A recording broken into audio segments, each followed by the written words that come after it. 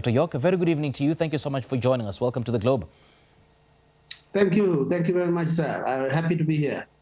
Now, just a week ago, Dr. Jok, we saw South Sudan meeting with Sudan to discuss the reopening of their borders after 11 years, amongst other issues. Now, we are getting reports that the rights to freedom of expression might be violated by the South Sudanese government. So what's your reading of the joint statement from the Western diplomats in South Sudan? I mean, Amnesty International itself is calling this, quote, a new wave of repression in South Sudan. These diplomats and all the rights groups are completely on point in calling out the government of South Sudan on its violation of its own laws.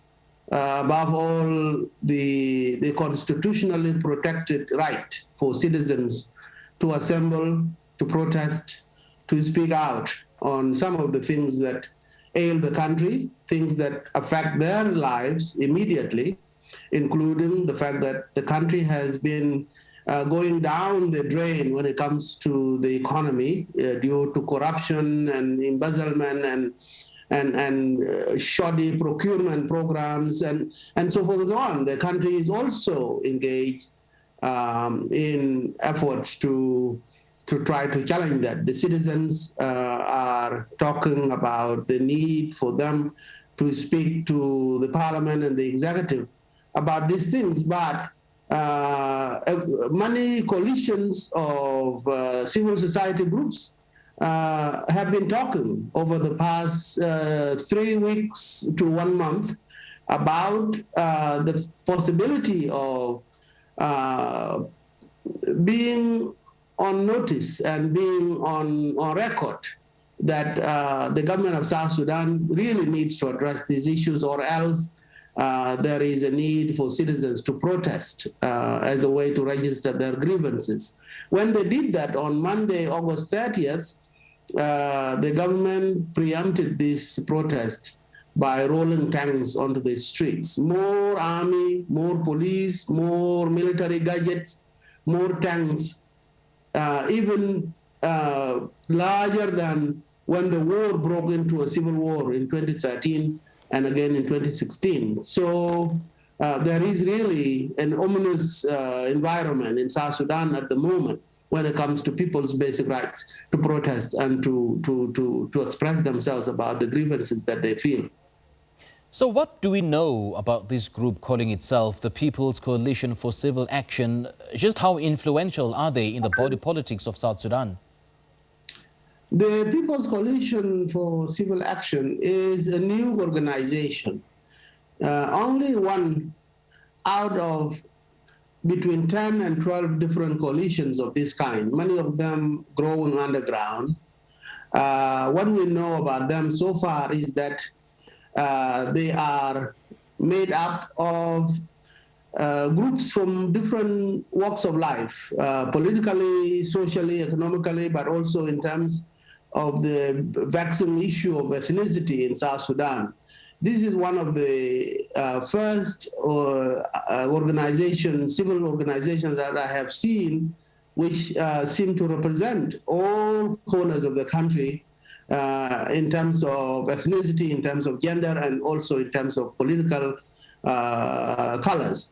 They are defined by one particular interesting characteristic, which is that they are focusing on nonviolence. They say this, our protest and our campaign against government actions is purely nonviolent. This is very interesting and quite a turning point in the history of South Sudan, which has always been characterized by aggrieved people taking to the bush and carrying arms against the state.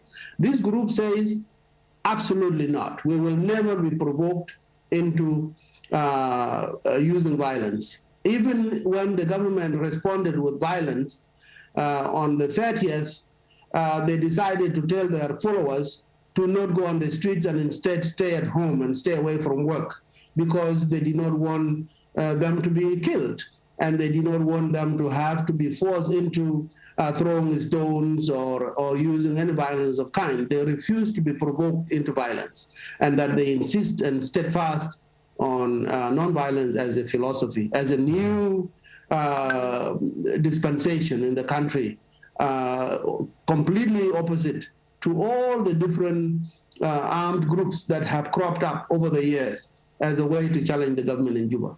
And in recent weeks, 8 activists as well as 3 journalists and 2 employees of a pro-democracy non-profit organization were arrested. So are the gripes against the government legitimate? What do you think of that?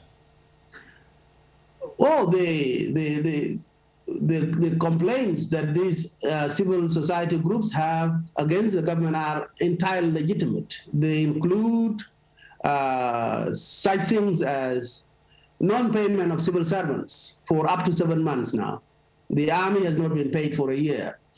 Diplomats and civil servants working in the various embassies of South Sudan across the world have gone on for 26 months without salaries, many embassies being evicted. They are saying that South Sudan is also challenged by communal violence.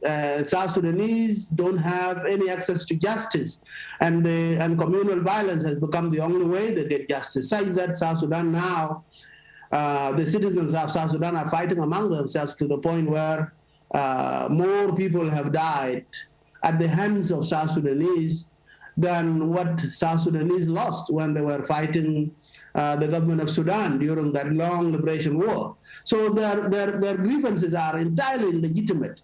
What cannot be said is, if these issues have been tabled to the government in a kind of a negotiated process, what did the government say in response to this?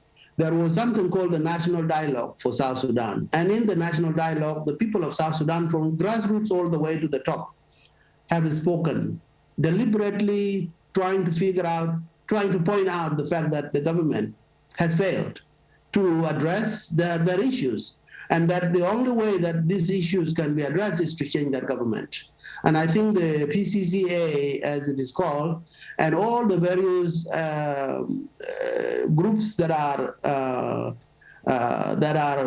in coalition to try to stage a massive civil disobedience are interested in one thing and one thing only, and that is to oust the current government. But they wanted to do so in a peaceful way and not using violence.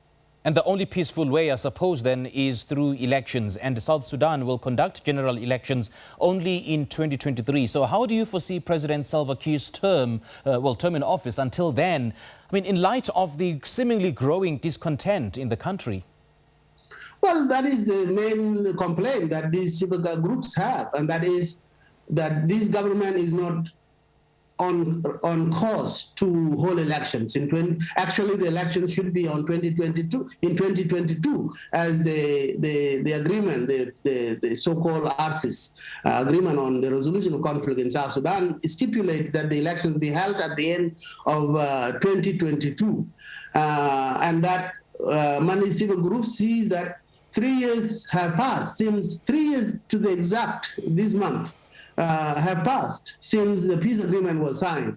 And there were so many things that needed to be done prior to the elections, including conducting a census, including unification of the national armies, the various armies into a national army.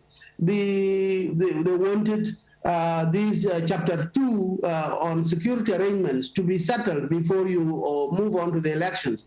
And the activists are saying, if you could not do this in 3 years, how is it going to be possible for you to do it in the remaining less than 1 year? And so they are saying they doubt the possibility of the elections being held in 2022, and that what will happen is that the current government, the coalition government, the result of the ARCIS agreement, will simply say they don't have money, they have not done the census, they have not done the unification of the army, and therefore they cannot hold elections, especially in view of the fact that there's too much violence all across the country and too much insecurity, and that the activists are saying the elections will not be held. So why should we wait for elections that we know will not be held? Right. And instead, we should ask this government to vacate and pave the way for the people of South Sudan to sit down together and create a different government, a government which will be more compassionate, more just, more fair to the citizens than this government has ever been for 16 years that it has been in office. And that's the only way, I suppose, to ease the hostilities between the warring factions. Dr. Jok Madut Jok, Professor of Citizenship and Public Affairs at Syracuse University, thank you so much for joining us. Thank you, sir. Wonderful to be here.